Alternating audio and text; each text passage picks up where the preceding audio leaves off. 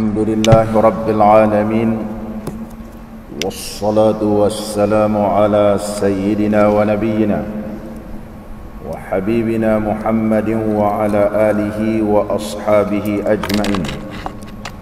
رب اشرح لي صدري ويسر لي أمري واحلل عقدة من لساني يفقه قولي. اللهم افتح علينا فتوح العارفين وارزقنا فهم النبيين وإلهام الملائكة المقربين. يا حي يا قيوم يا رب موسى وهارون ونوح وإبراهيم ومحمد صلى الله عليه وسلم. أكرمنا بجودة الحفظ والفهم وارزقنا الحكمة وثبات الذهن والعقل والحلم والعلم والنجاح في الدنيا والآخرة بحق سيدنا محمد صلى الله عليه وسلم يا رب العالمين. أما بعد،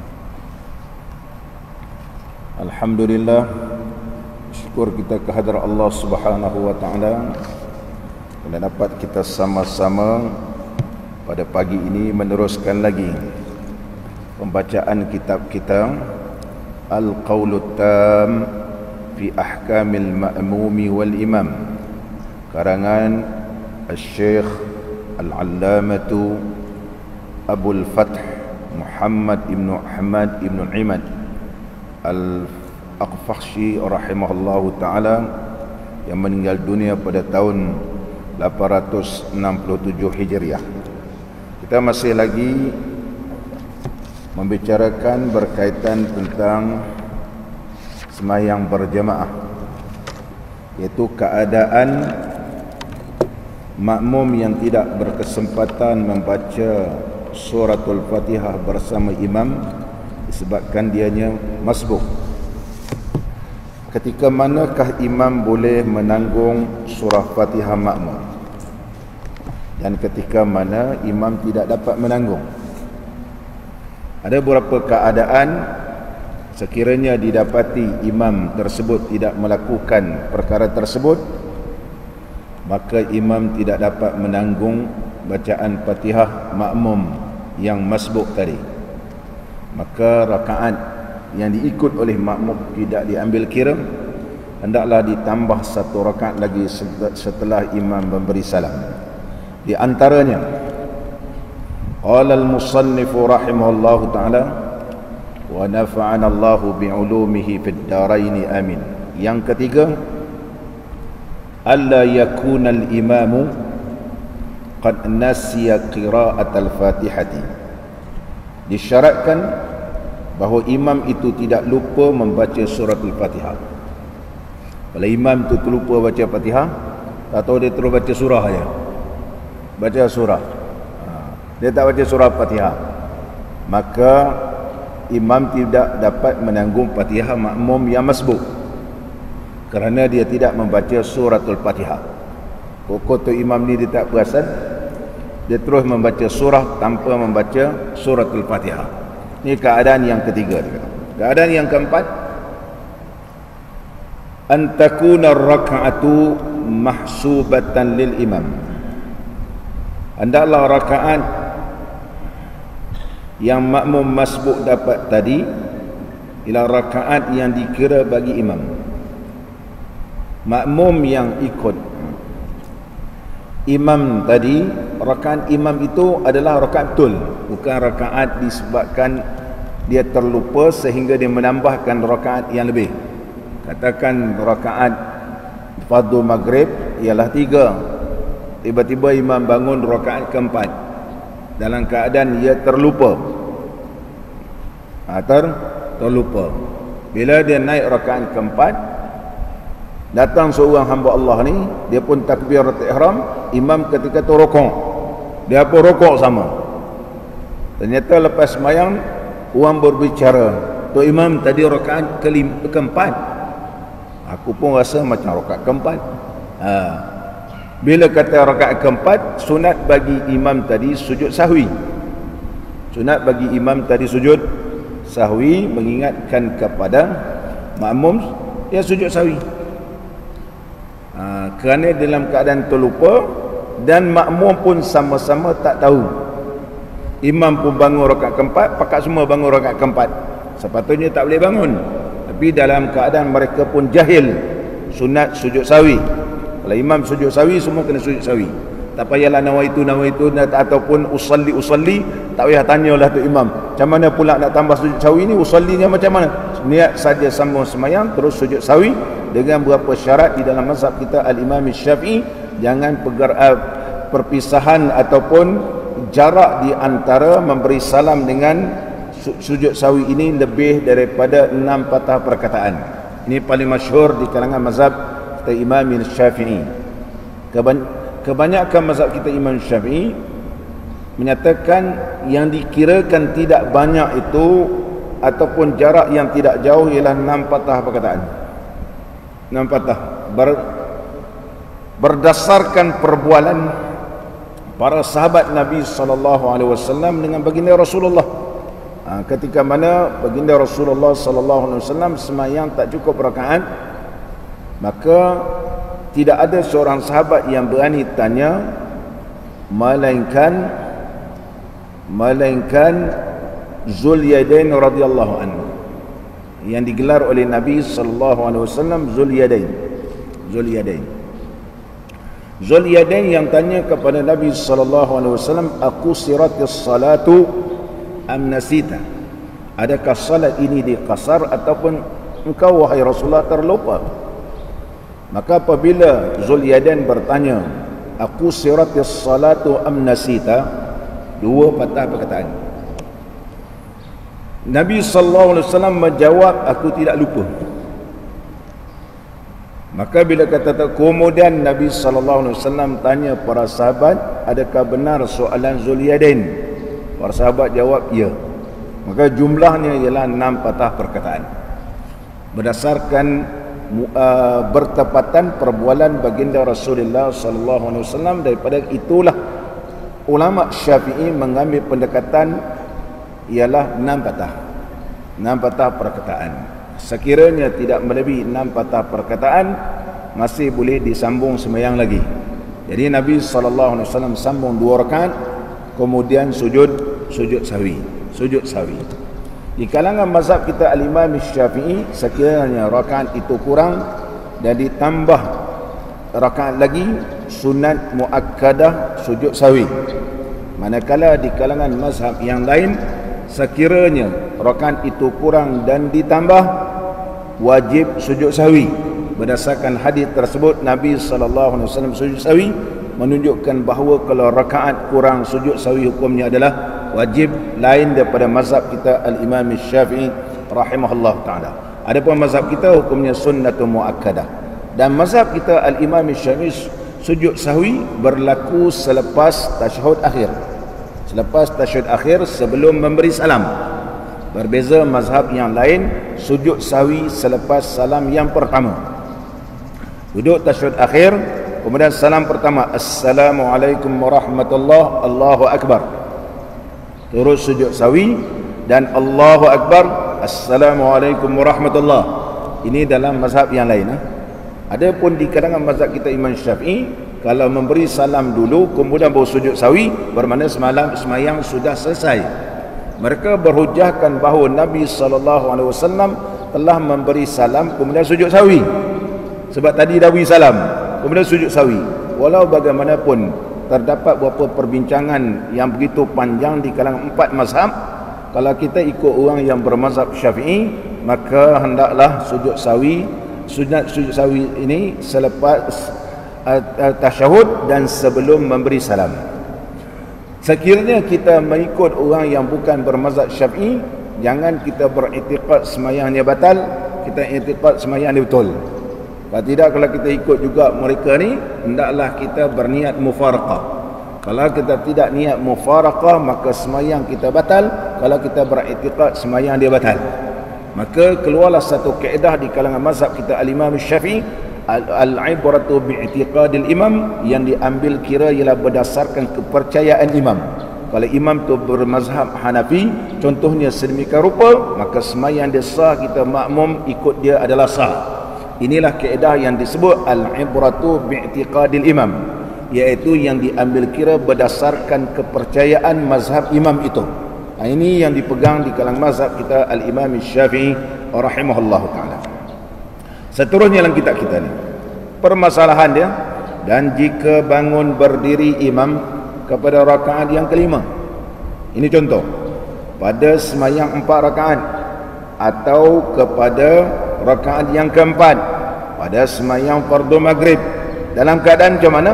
Dengan keadaan lupa. Imam tu bangun dalam keadaan lupa.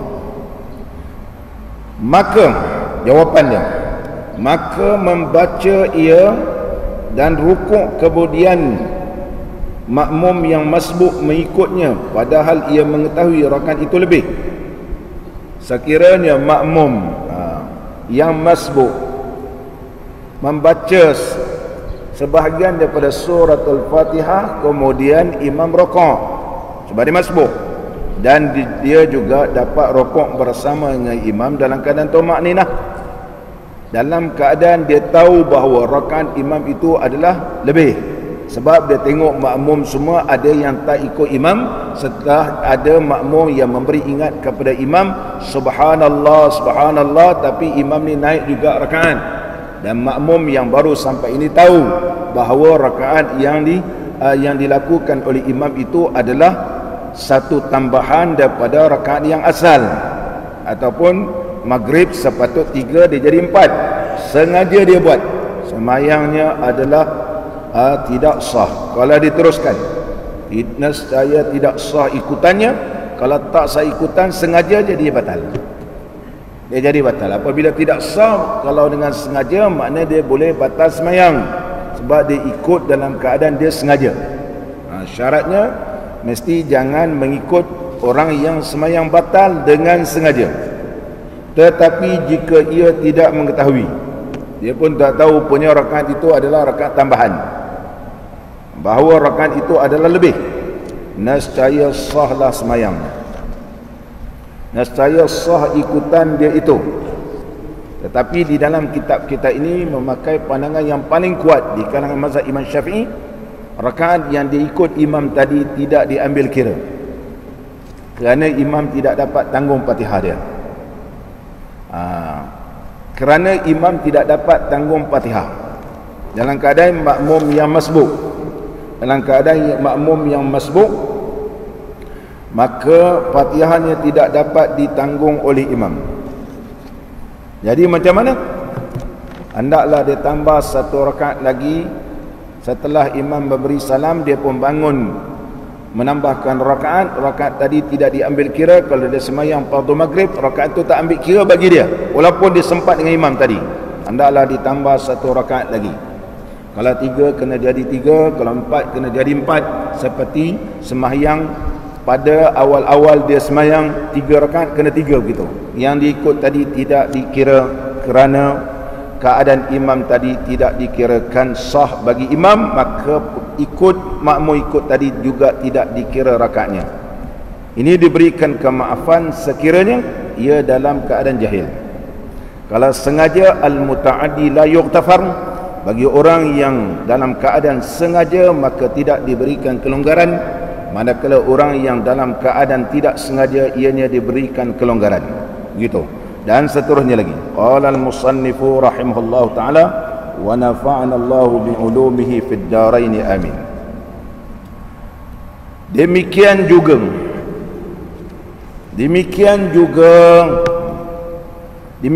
yang mana? Demikian juga keadaan imam tidak dapat menampung Fatihah. Demikian juga tajuknya, iaitu Fatihah makmum tidak dapat ditanggung oleh imam. Apa keadaannya? Ini keadaan jika rukuk seorang imam dan tamakninah ia padanya, dan selepas itu bangun ia pula untuk beriktidal.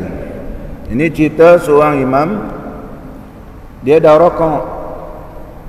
rukuk, kemudian dia iktidal. Ketika iktidal, imam ni teringat tadi waktu dia rukuk dia baca subhana rabbiyal a'la. Silap baca lah dia kata. Sepatut subhana rabbil azim.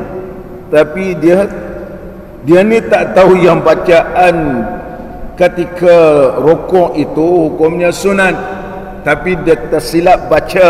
Dia terbaca contohnya zikir ataupun bacaan waktu sujud subhana rabbil ala. Bila sampai i'tidal, Allah tersilap baca. Dia pun rukuk balik. Dia pun rukuk dalam keadaan dia ni jahil. Dia merasakan bahawa boleh rukuk balik. Ini berlaku apabila imam ini dia tak ada ilmu berkaitan tentang nak jadi imam ataupun buat semayang. Ada setengah orang menganggap bahawa bacaan dalam sujud, bacaan dalam rukuk itu adalah merupakan rukun.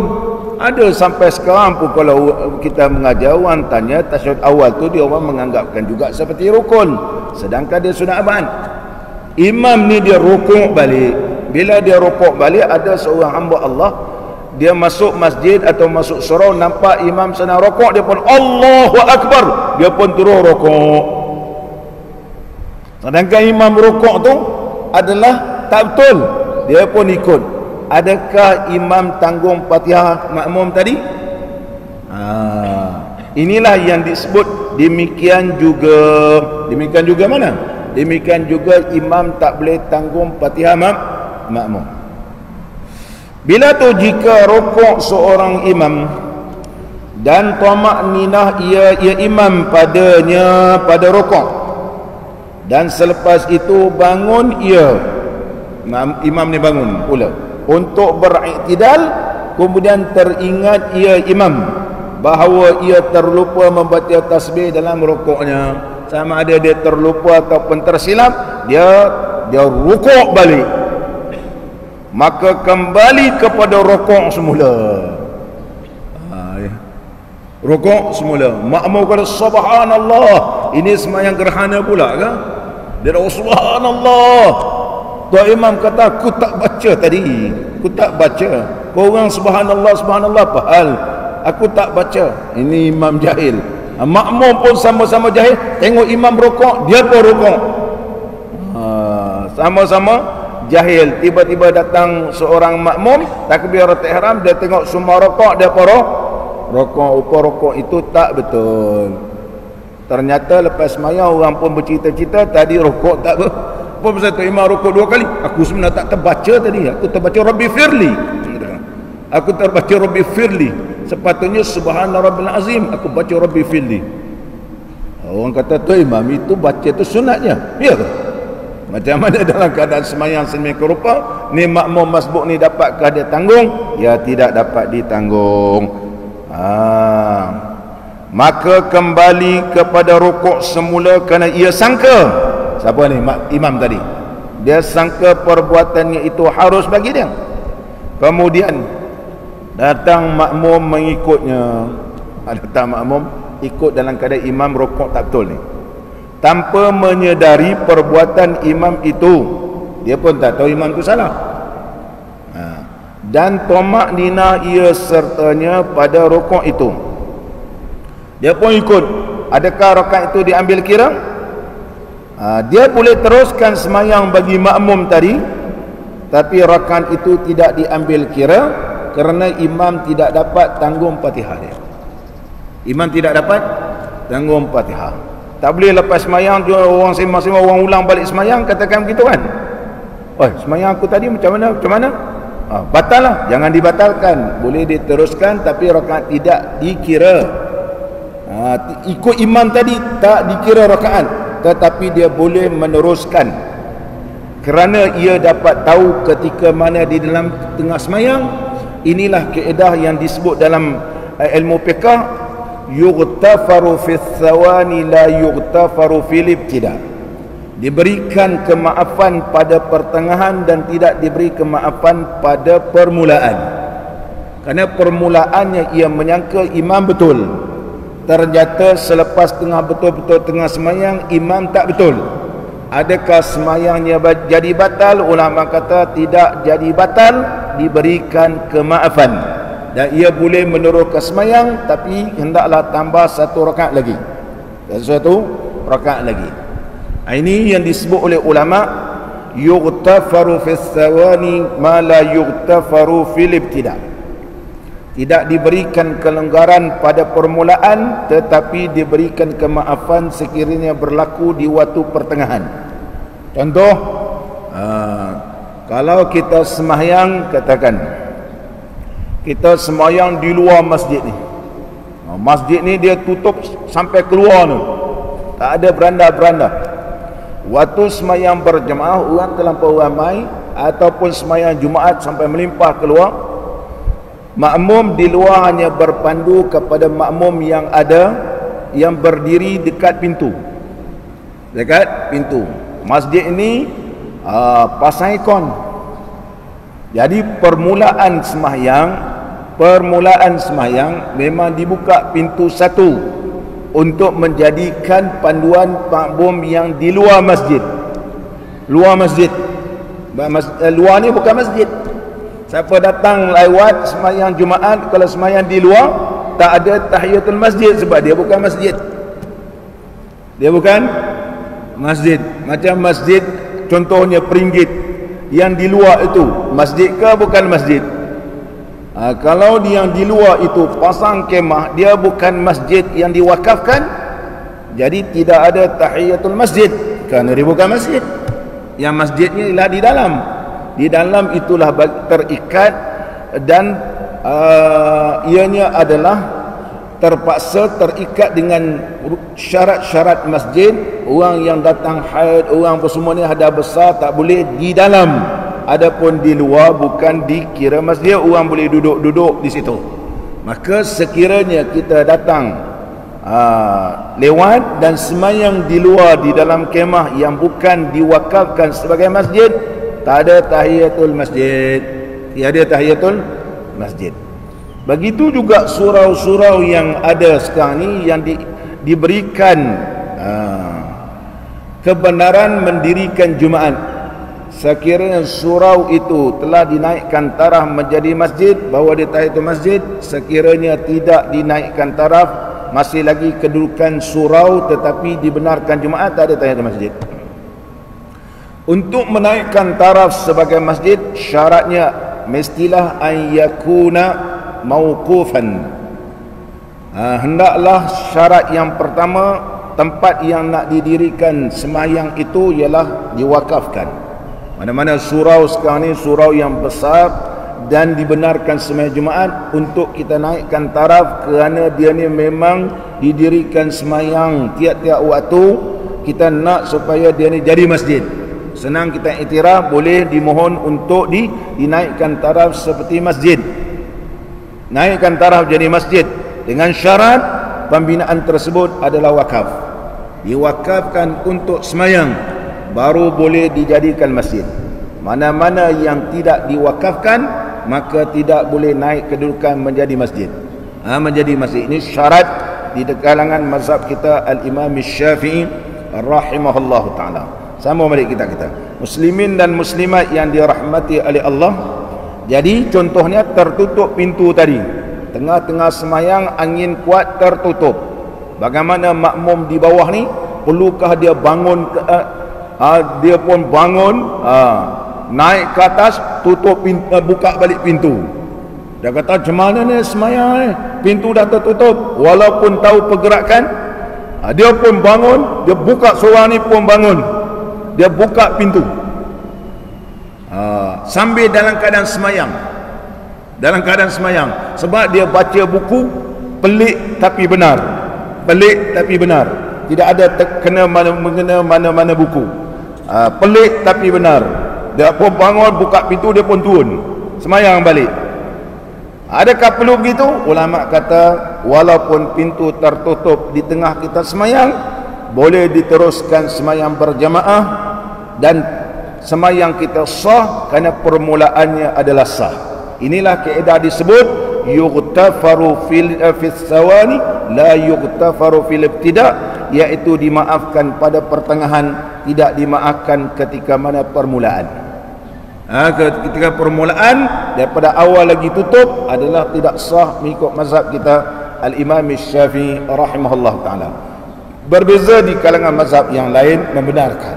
Contohnya kalau kita berada di tanah suci Mekah, berapa ramai orang semayang dalam surau. Surau hotel ni yang begitu besar, dan surau ni lagi kalau kita semayang kat surau tu nampak betul Kaabah sebab dia di atas.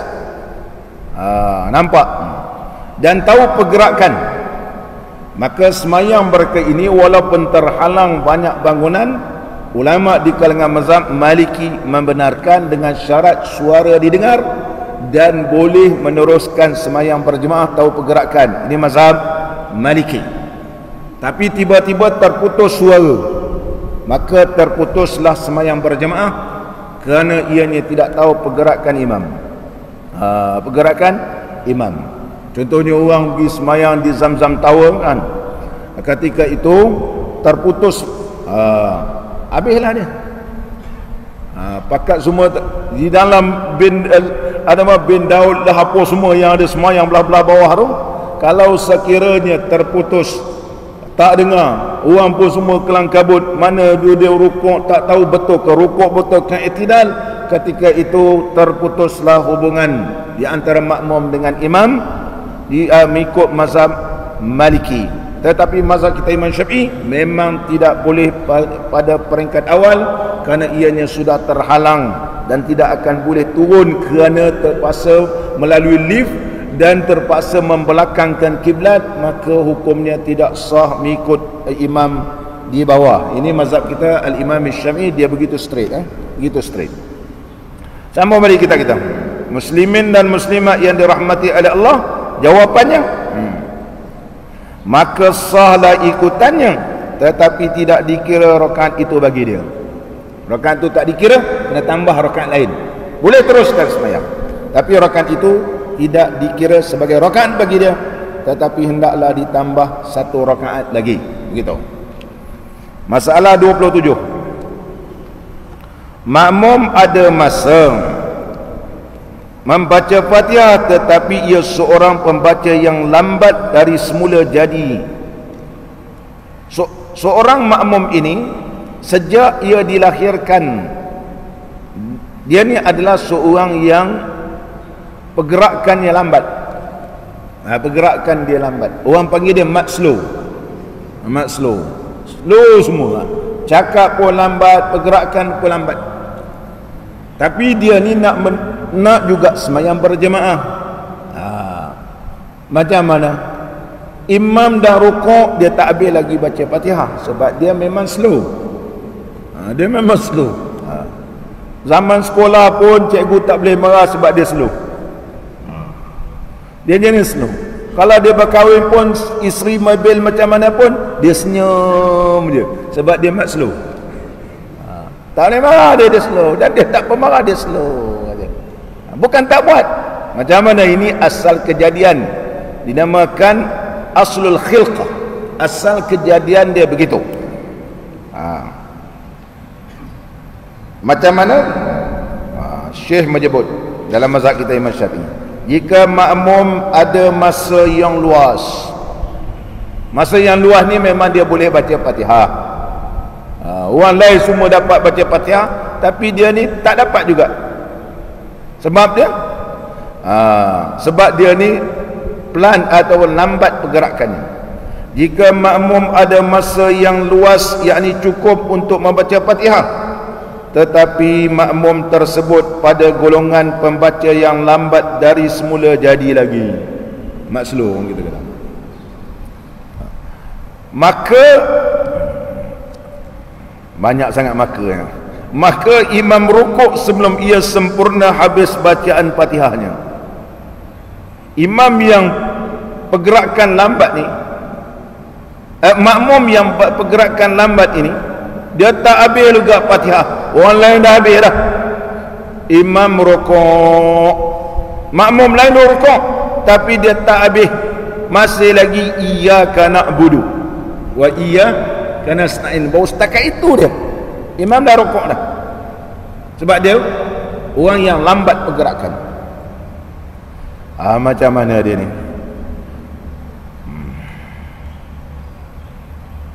maka makmum ini tidak dikira muqassir, maka ia dikirakan uzur baginya sebab dia asal kejadian. Dia tidak termasuk kategori orang yang cuai, tetapi dia termasuk kategori uzur. Dulu kita telah bahaskan was-was masuk uzur ataupun tidak. Ulama kita berpendapat was-was tidak termasuk uzur, tetapi pergerakan lambat semenjak ianya lahir ataupun asal kejadian, dia daripada kecil pun lambat. Anak-anak lain dah boleh menerap, dia tak boleh menerap lagi. Nampak? Ini memang sejak dia dilahirkan. Anak lain dah boleh duduk, dia tak boleh duduk lagi. Anak lain dah boleh berdiri diri, dia dekat 2 tahun baru boleh berdiri. 2 tahun penuh baru boleh berjalan. Ini lambat.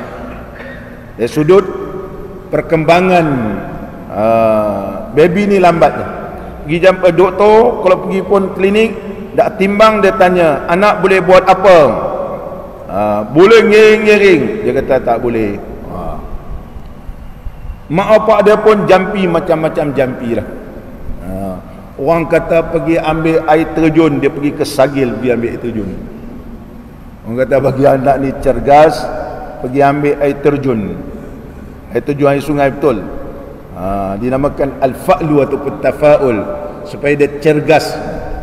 Pantasnya air tu turun gitu, mencurah-curah, minta ke Allah Ta'ala supaya anak ni juga pantas begitu. Pantas. Ni petua orang Melayu. Ini tak adalah hadis Nabi sallallahu alaihi wasallam.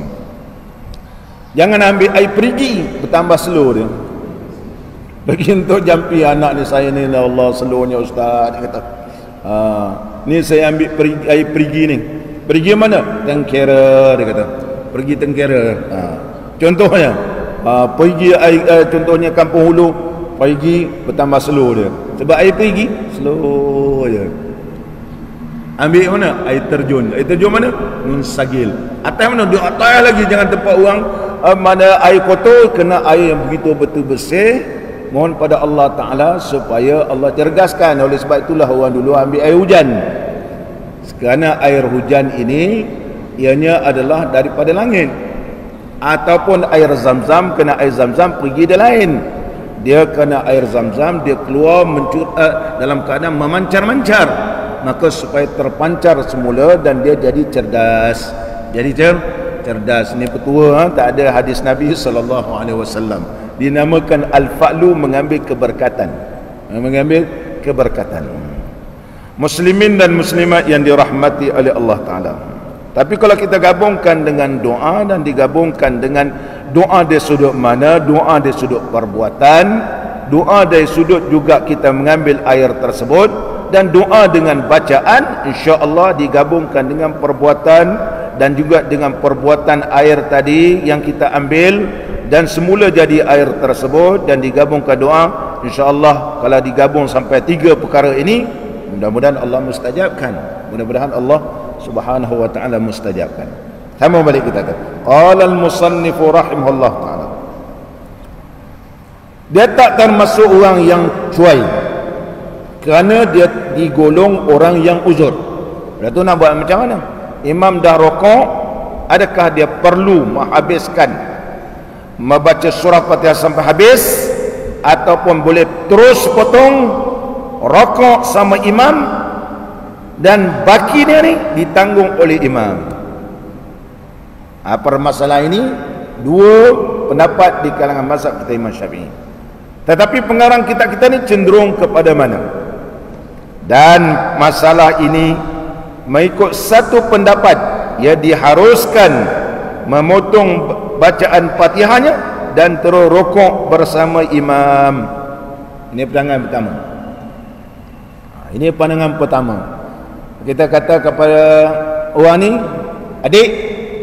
adik ni memang alhamdulillah adik seorang yang suka semayang berjamaah.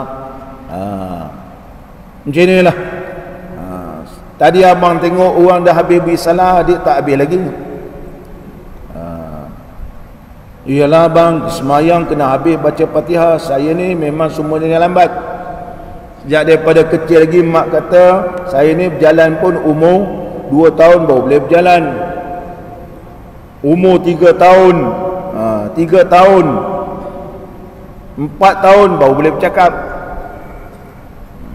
Itu pun dia kata ada pakcik hantar surat daripada Mekah kepada saya suruh bercakap. Petua orang Melayu. Ini juga petua orang Melayu. Anak yang lambat bertutur ni pergi tulis surat di Mekah.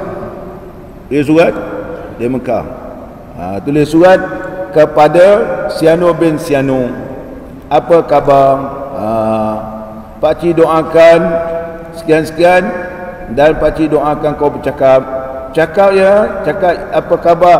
Baik gitu. Suruh dia cakap baik. InsyaAllah khair. Doa di Mekah. Petua tak ada hadis. Petua orang tua. Anak-anak yang lambat bercakap. Anak lambat bercakap. Nanti ramai pula orang kirim pada Jeffrey dengan Ismail pergi Mekah. Ni ada 10 ni. Cucu saya ni lambat cakap Ismail. Dia kata. Ustaz Syukri kata tulis surat. Ni tulis surat. Nanti kau tulis surat post kat sana. Post kat sana. Ini adalah kaedah terakhir. Mudah-mudahan Allah permudahkan dia bercakap berkat di tanah suci Mekah. Berkat di tanah suci Mekah. Qala al-musannifu rahimahullah ta'ala. Tapi alhamdulillah setakat ni dengan izin Allah lah. Dengan izin Allah boleh bercakap. Dengan izin Allah. Ada orang dah 5 tahun tak boleh bercakap. Diam je. Dia tu bukan bisu. Tapi alhamdulillah tok dia pergi Mekah, tulis surat sampai kat dia. Dia pun buka dengan izin Allah, tahun tu juga boleh bercakap, pasti bercakap. Kita tak tahu sebab apa dia tertahan. Ni petua orang Melayu. Qala al-musannif rahimahullah taala. Macam mana kita kata ikut pandangan pertama ni, imam rokok, adik boleh turun rokok lah. Fatihah yang baki itu ditanggung oleh imam dengan syarat imam punya Fatihah memang betul dan sah. Ini pandangan pertama dalam mazhab kita Imam Syafi'i. Betul. Tetapi Imam Nawawi tidak bersetuju pandangan ini. Mana kalau kita nak ikut pandangan Imam Nawawi pun boleh, ataupun pandangan imam-imam yang lain sebagaimana yang disebut dalam kitab-kitab mazhab Al-Imam Syafi'i. Tetapi Imam Nawawi menyebut dalam kitab Raudah, ia tak bersetuju pandangan ini. Apa hujah Imam Nawawi? Kita tengok. Siapa nak ikut pandangan ini pun betul untuk memudahkan bagi mereka, terutama pakcik-pakcik dan sebagainya, untuk memudahkan bagi dia nak sembahyang berjemaah, dia dapat baca sekadar iyyaka na'budu, iyyaka na'budu wa iyyaka nasta'in. Imam rukuk, teruslah rukuk. Yang baki itu ditanggung oleh imam. Rakaat kedua pun begitu, rakaat ketiga pun begitu. Kalau rakaat itu 4 rakaat pun begitu. Selari dengan mazhab yang lain. Seperti masalah makmum yang tidak sempat membaca Fatihah. Sebagai kiasnya, seperti makmum yang tak sempat baca Fatihah, baki imam tanggung. Dikiaskan seperti permasalahan makmum yang tidak sempat membaca Fatihah serta imamnya, melainkan sebahagiannya sahaja. Ini yang pertama. Ataupun keadaan imam ni terlampau laju bacaannya sehingga makcik-makcik yang di belakang ni jadi semput. Ada tu imam ni laju. Sampai tercungap-cungap kita. Ini ada berlaku. Jadi kalau rakaat kedua nanti kita buat macam rakaat pertama, menyebabkan kita tertinggal banyak rukun. Ini juga termasuk keuzuran yang dibenarkan. Kita meninggalkan baki surah Fatihah, yang baki itu ditanggung oleh imam dengan syarat pada imam itu adalah betul. Ini juga ada di kalangan mazhab kita Al-Imam Syafi'i, termasuk keuzuran disebabkan bacaan imam terlampau cepat. Pergerakan dia pun terlampau cepat. Terlampau cepat. Terutama kalau sembahyang tarawih. sembahyang tarawih. Imam langsung tidak memberi ruang kepada makmum nak baca Fatihah sebab dia nak kira laju dia je. Udahlah dia baca qul huwallahu ahad satu nafas dan dia pun baca subhana rabbil azim sekali, sami Allahu liman hamidah rabbana lakal hamdu, sujud pun dia baca subhana rabbil a'la. Dia duduk antara dua sujud dia pun tak baca rabbi firli, dia baca yang lain. Dia baca yang pendek pula, ataupun dia ikut Syiah subhanallah walhamdulillah wala ilaha illallah wallahu akbar Allahumma salli ala Muhammad wa ali Muhammad Allahu akbar. Syiah duduk antara dua sujud senang je, rabbi firli Allahumma salli ala Muhammad wa ali Muhammad Allahu akbar. Itu orang suka ikut Syiah baca senang. Sujud pun Allahumma salli ala Muhammad wa ali Muhammad Allahu akbar. Apa nak tahu orang Syiah tak Syiah, dia tak ada wa'ala. Allahumma salli ala Muhammad wa ali Muhammad. Itu Syiah. Syiah dia tidak akan tambah ala di antara Nabi Muhammad sallallahu alaihi wasallam dengan ahli keluarganya, kerana mereka menyatakan ahlul bait adalah maksum seperti Nabi sallallahu alaihi wasallam. Maka kalau terpisah dengan Allah, menunjukkan bahawa i'tikad mereka ini bahawa Imam 12 bukanlah maksum. Jadi Imam 12 adalah maksum seperti Nabi sallallahu alaihi wasallam, terpelihara daripada dosa dan ianya adalah merupakan wahyu, maka tidak boleh dipisahkan dengan Allah. Itu sebab Syiah punya selawat Allahumma salli ala Muhammad wa ali Muhammad wa ali Muhammad. Itu kadang-kadang hari Jumaat ada orang hantar, marilah kita banyak berselawat. Dia hantar Allahumma salli ala Muhammad wa ali Muhammad. Jawab, ini selawat Syiah. Ini selawat Syiah. Selawat kita yang diajar oleh Nabi sallallahu alaihi wasallam, hadis yang sahih sebagaimana yang kita baca dalam tasyahud akhir, Allahumma salli ala Muhammadin wa ala ali Muhammad. Allahumma salli ala Muhammad wa ala ali Muhammad. Atau Allahumma salli ala Sayyidina Muhammadin wa ala ali Sayyidina Muhammad. Bacalah yang diajar oleh Rasulullah sallallahu alaihi wasallam. Kalau kita tukar-tukar menyebabkan jadi nanti sama macam Syiah. Jadi macam Syiah. Kita tak kata orang tak ada Allah ni Syiah, takut jadi macam Syiah. Boleh ada orang selawat Allahumma salli ala Muhammad wa ali, boleh.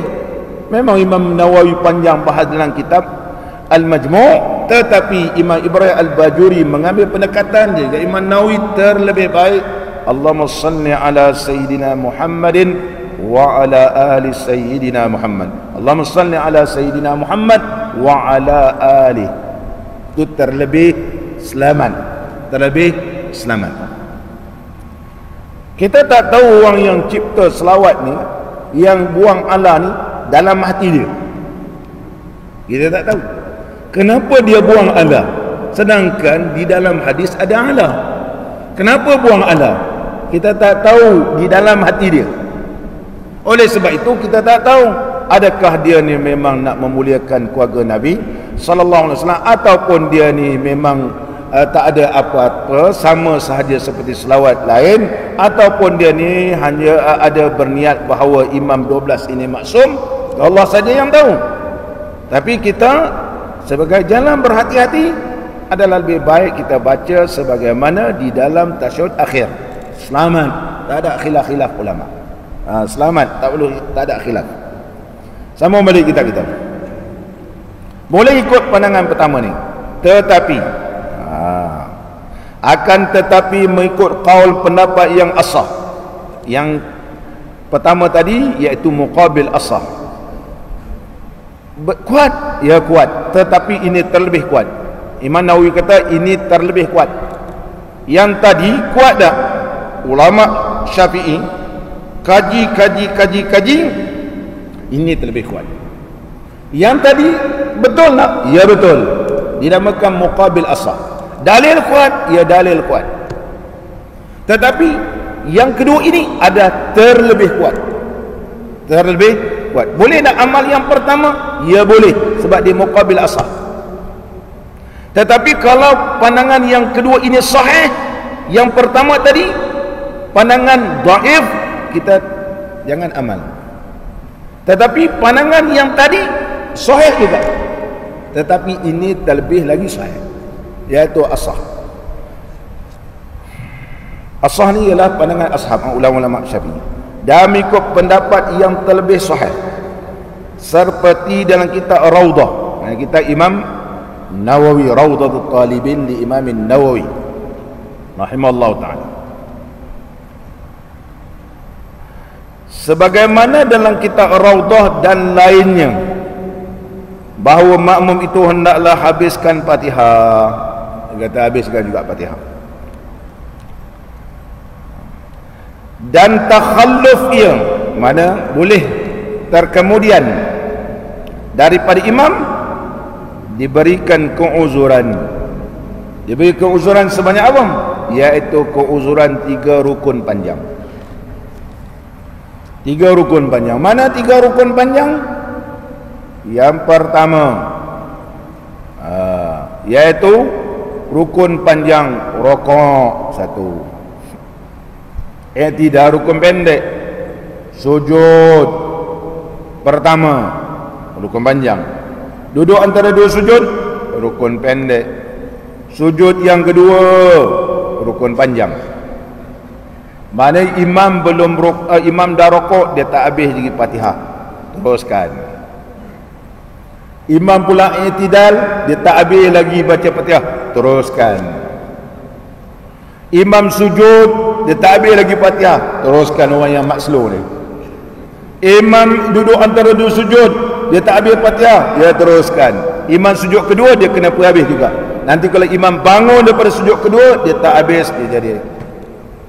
Tetapi dalam keadaan seperti ini, mazhab Imam Syafi'i menyatakan asalnya dia muafiq, tetapi rakaat kedua dia akan jadi masbuk. Macam mana? Imam rokok, dia teruskan juga baca Fatihah.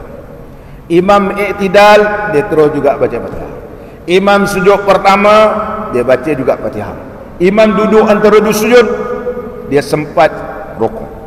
Katakan dia rokok, dahlah rokok dia slow, dia i'tidal pun slow, dia sujud pertama, sujud duduk antara 2 sujud, sujud kedua, dia sampai sujud kedua ni, ketika dia bangun rakaat kedua, imam dah habis baca Fatihah. Imam dah habis baca Fatihah, dia Allahu Akbar. Sebab dia pelan, imam pula Allahu Akbar rukuk.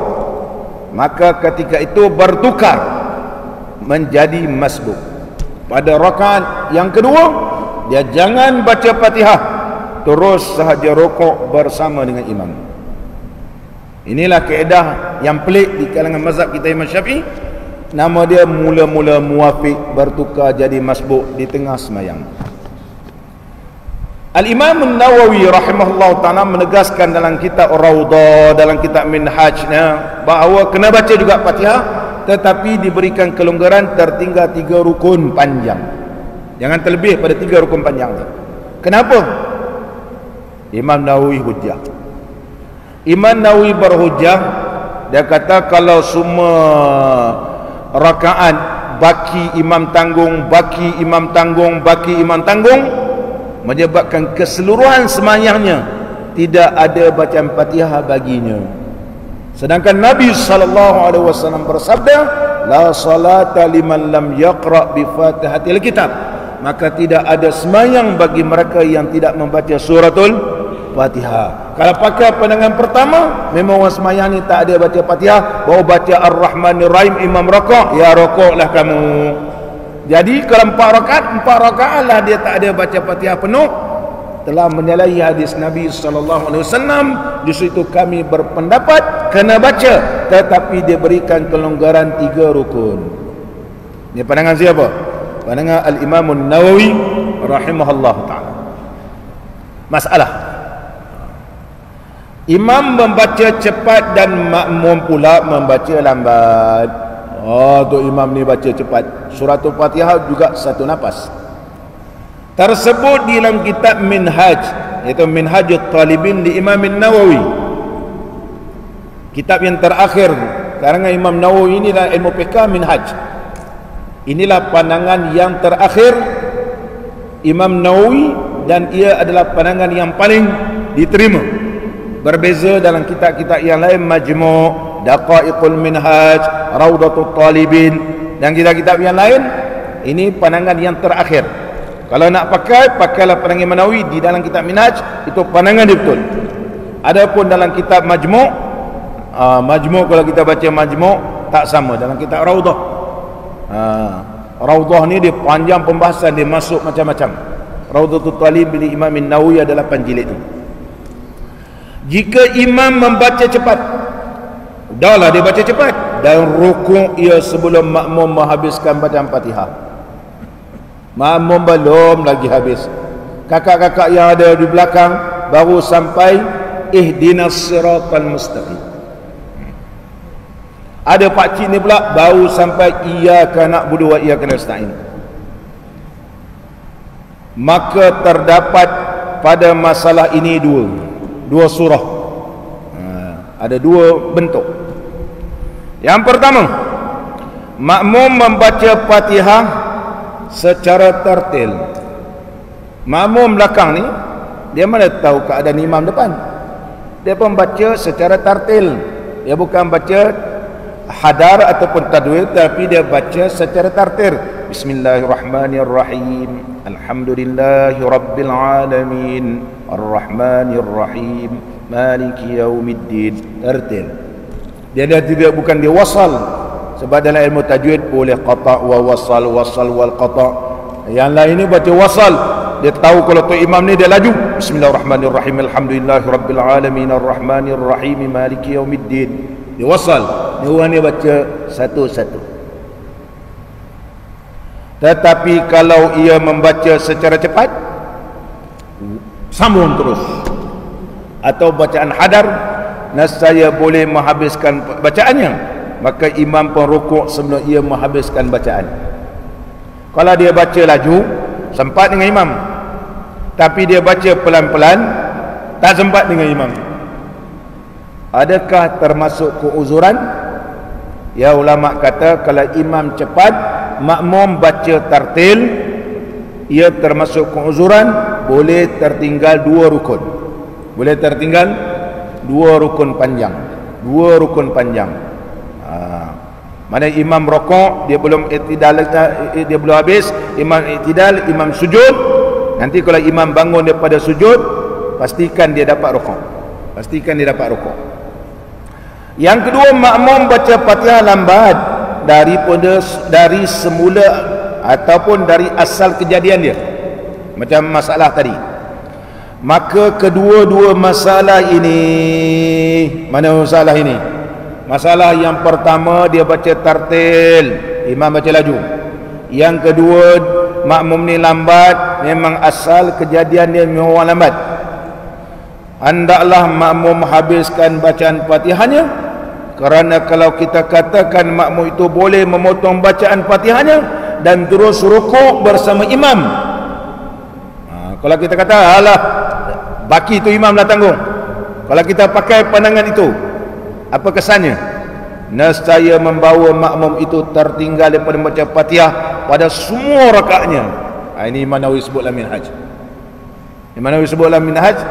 Jadi semua rakaat tak baca Fatihah lah makmum ni, semua imam tanggung, dia kata.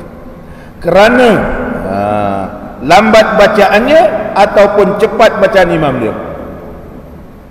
Dalam keadaan ini, maka wajiblah bahawa makmum itu takhalluf, terkemudian ia daripada imamnya pada tiap-tiap rakaat untuk menghabiskan bacaan Fatihahnya. Dalam keadaan ini, pandangan kitab kita ini boleh sampai 5 rukun. Sampai 5 rukun dalam keadaan dia ni asal kejadian ataupun disebabkan imam terlampau laju. Dalam kitab kita ni 5 ni dia termasuk rukun pendek. Rokok, i'tidal, sujud, duduk antara dua sujud, sujud yang kedua, 5. Tadi kita bahas 3 rukun panjang. 3 rukun panjang mana? Rokok, sujud, sama je. Dalam kitab kita ni sebut 5, dia gabungkan sekali dengan rukun yang pendek iaitu i'tidal dan juga duduk antara dua sujud. Dalam kitab kita ni, kita baca dulu. Dia kata kena habiskan juga baca Fatihah. Dan apabila selesai makmum daripada membaca Fatihah, hendaklah ia rukuk dengan sendirinya. Rukuklah imam barangkali dah sujud kedua. Dan i'tidal sendiri-sendiri, dan sujud hingga ia mendapat imam di mana sahaja imam berada. Dia ikutlah. Contohnya kalau imam dah bangun rakaat kedua, nanti dia bangun pula rakaat kedua, imam pula rakaat, dia terus rakaat, jadi masbuk pula. Dalam masalah seperti ini ada istilah yang khusus di kalangan mazhab kita Syafi'i. Apa nama istilahnya? Dalam masalah seperti ini disebut qudwatun hukmiyatun. Hukum makmum secara hukmi. Hukumnya dia macam makmum, tapi perbuatan macam bukan makmum. Dia rukuk sendiri, dia i'tidal sendiri, dia sujud pun sendiri. Nampak ni, orang lain dah habis, dah naik, dia sendiri. Tapi hukum qudwah masih lagi terikat bagi dia sebagai makmum. Nama dia qudwatun hukmiyatun. Macam najis hukmi, tak nampak kencing anak kita tadi dah kering, bau pun tak ada, rasa pun tak ada, tapi hukum ada. Orang mengaji ilmu tajwid ada mad asli hukmi. Contoh hadza, ha tanbih tu, ada dia letak alif, tak ada. Zalika, za, ada tulis ada alif, tak ada alif, cuit atas pun tak ada. Tapi hukumnya dibaca 2 harakat, sebab nama dia mad asli hukmi atau mad asli rasmi. Man asli hukmi, hukumnya ma asli, walaupun tak ada alif atau waw, tak ada ya, tapi dia tetap man asli. Pada hukum dibaca hadza, zalika.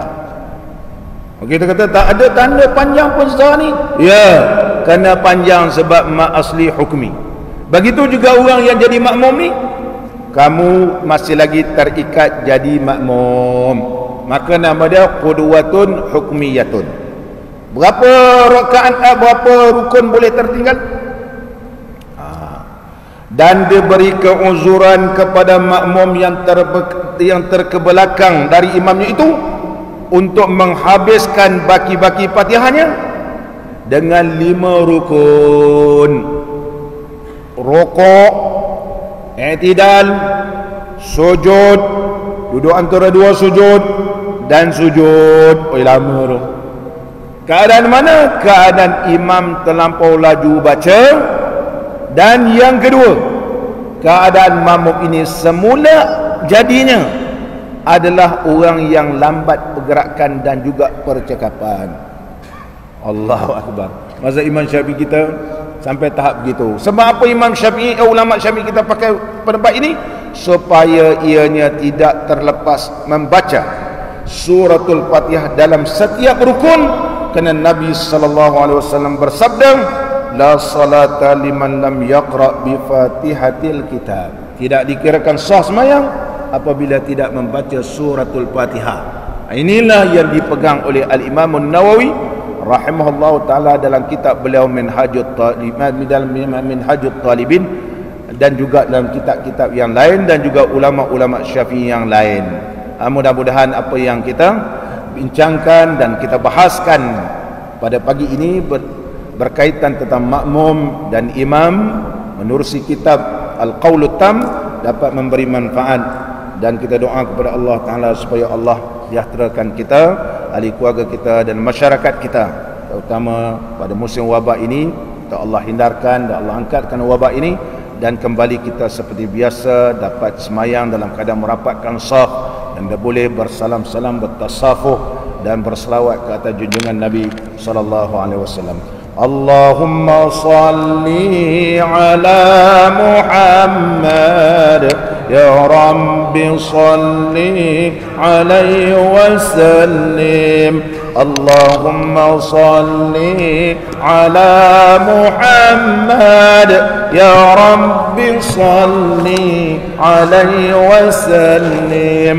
In qila zurtum bima raja'tum, ya akramal khalqi ma naqulu. Allahumma salli ala Muhammad, ya Rabbi salli alaihi wasallim. Allahumma salli ala Muhammad, salli alaihi wasallim. قولوا رجعنا بكل خير واجتمع الفرع والأصول.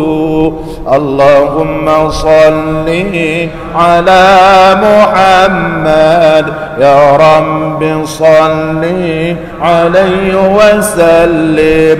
اللهم صل على محمد، يا رب صل عليه وسلم. لولاك يا زينة الوجود ما طاب عيشي ولا وجودي. اللهم صل على محمد، يا رب صل عليه وسلم. اللهم صل على محمد، يا رب صل عليه وسلم. ولا ترنمت في صلاتي ولا ركوعي ولا سجودي. اللهم صل على محمد،